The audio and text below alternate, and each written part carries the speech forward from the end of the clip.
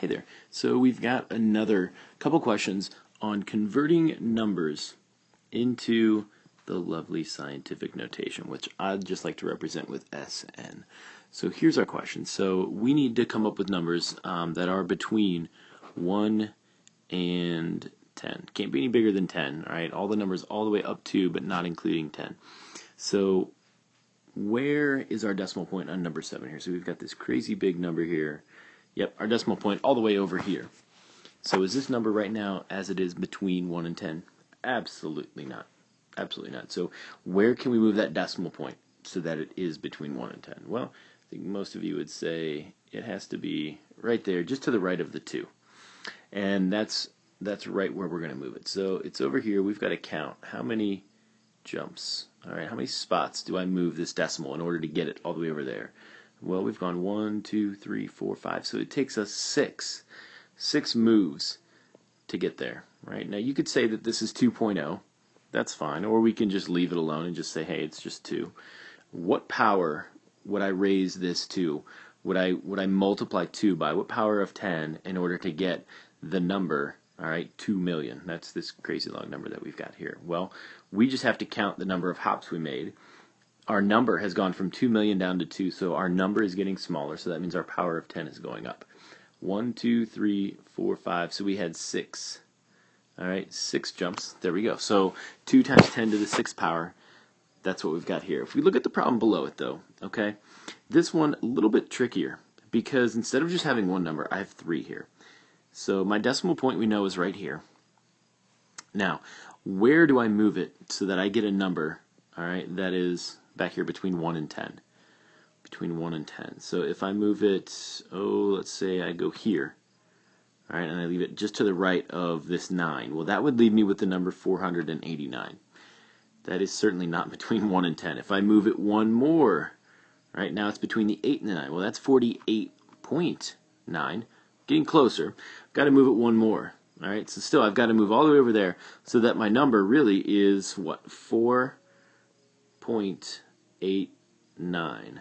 It's not the best 9 looking in the world. That's okay. This is not as easy as I make it look. Okay, so 4.89.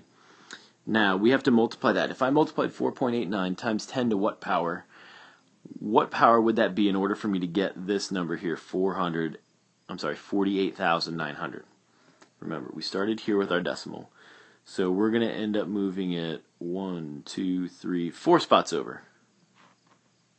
All right, and that's where our 4 comes from.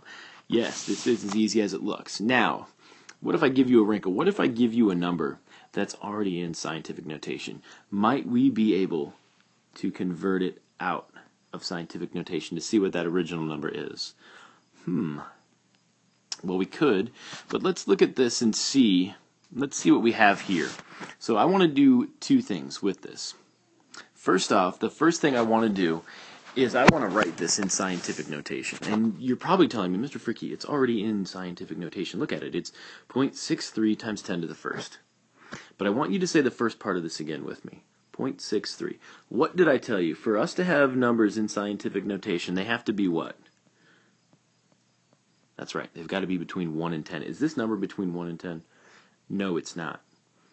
So let's concern ourselves with just the first part of this, all right? Where can I move the decimal so that it would be between 1 and 10? Hopefully you're getting better at this. We just need to move it one spot over, between the 6 and the 3, so that it turns into this. So now it's 6.3. Okay?